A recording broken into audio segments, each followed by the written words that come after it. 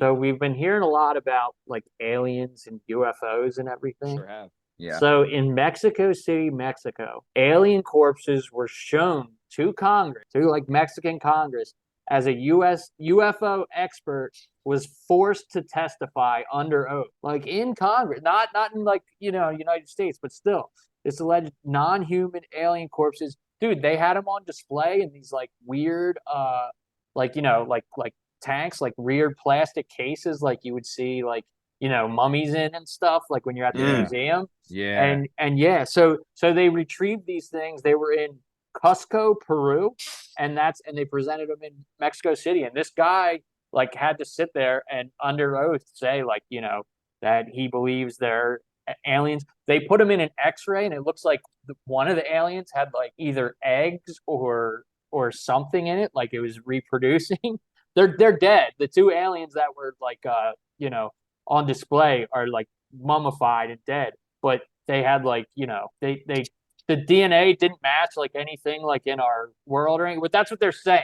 I mean, obviously, just because you're under oath doesn't mean you can't lie under oath, but it's pretty wild. It's the first time I've seen anything where like where they had to like testify in any kind of like court for UFO. You know what I mean? Or Dude, for with actual like wild. something physical. I know they've had like obviously they know about UFOs and whatnot, but I'm saying like this is the first time I've seen a report where they have like something physical. You know? That is nuts, dude. Absolutely nuts. I mean, that's kind of scary, but like, we knew that the aliens were out there and we knew that they were coming and we knew that this was going to happen sooner rather than later. So I don't Well, know. the crazy part is, again, I'm going to go back to a certain podcast that I may or may not listen to, but they had another guy on who talked about how there was no real sightings. And remember, the further back you go, people always paid attention to the skies. Now we're so lost in touch with cities and you can't even see the stars because of the lights from cities, blah, blah. Uh-huh. Real alien, the number of alien spottings or people that have seen them absolutely skyrocketed after a certain event in the world's history, right? And they all happened over very certain spots. And that certain activity happened to be when we dropped the bombs on Japan, right? The atomic Hiroshima, bombs. Nagasaki. Yes, Big Boy and whatever the other little Yeah. whatever. The Yeah. second that happened, 95% of the sightings of all UFOs happened over US bases that people did not know. Obviously, we know now, but like very, very secretive bases where they do super secret like weapon testing and everything Like else Roswell and all that. of 100%. So like when Rogan and them, they were like, yo, they came and the second they almost were like, they watch us like we watch like animals in the zoo and how they like interact and everything else. And then when that Mm-hmm. happened, they were like, oh man, let's go check up. What are these morons doing down there? These stupid apes that now care about all types of stuff now have these weapons. We got to show Yeah. up and maybe calm these dumbass apes down a little bit. Like, let's see what's going on here. Let's at least monitor the situation so it don't get out of hand.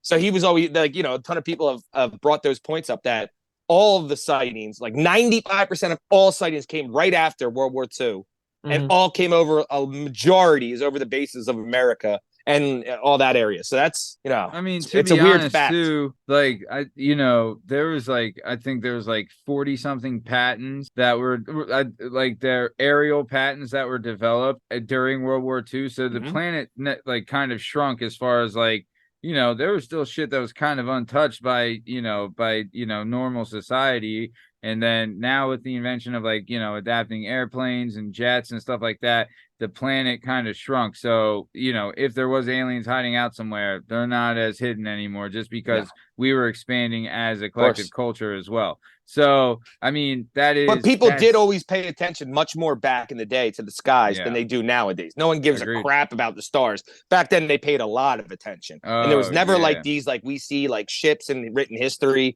until that happened. And the other Mhm. big one is, too, you got to remember, we went from the Wright brothers 40 years after they invented flight. We're already Mhm. dropping nuclear bombs out of these things. We Yeah. Yeah. went from that like barely Yeah. moves plane to Mm-hmm. dropping the most sophisticated bombs in the world's ever seen out of them. You want to hear something crazy? You're gonna love this. One of my clients that I teach boxing to, I train him, and I was talking to him. He's older than me, and he fought in the cage and stuff too. I think he's a brown belt or a black belt in Brazilian Jiu-Jitsu. His name's Jamie Allbach. Super great guy. Love this guy to death. Shout out. But I was talking to him. I was listening to the Sean Ryan podcast, and on the Sean Ryan podcast, he had a Iwo Jima veteran on there. And it was a fantastic show. And I was talking to Jamie, and he had told me that his dad flew 36 B-52 bomber missions in Europe. Wow. 36. They had like I think it was like the average lifespan for a B-52 bomber was like, like one flight or something like that. Specifically, or 5 flights. It was, you know why, right? Yeah. Specifically the fact that radar was not what it was yeah. now. So you had to see your target.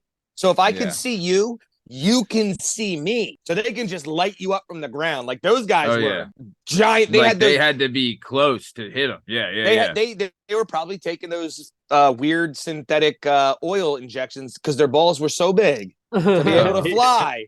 You're out of your also too. Damn could you imagine he was like 19 when he signed up? It was World War II. Unbelievable. 19. So by the time he was like 23, he had flown 36 combat missions. Like that's one of the planes got shot down and they had to escape out of Germany. Unbelievable. He hit in France. He dropped a bomb on Hitler's his headquarters in France. Is this guy still alive? No, he died. I was gonna say, can we please get him on the show? Oh, dude, I would love that. Jamie said he doesn't want to be on the show, but that shit's fascinating to me. But we talked about this long enough.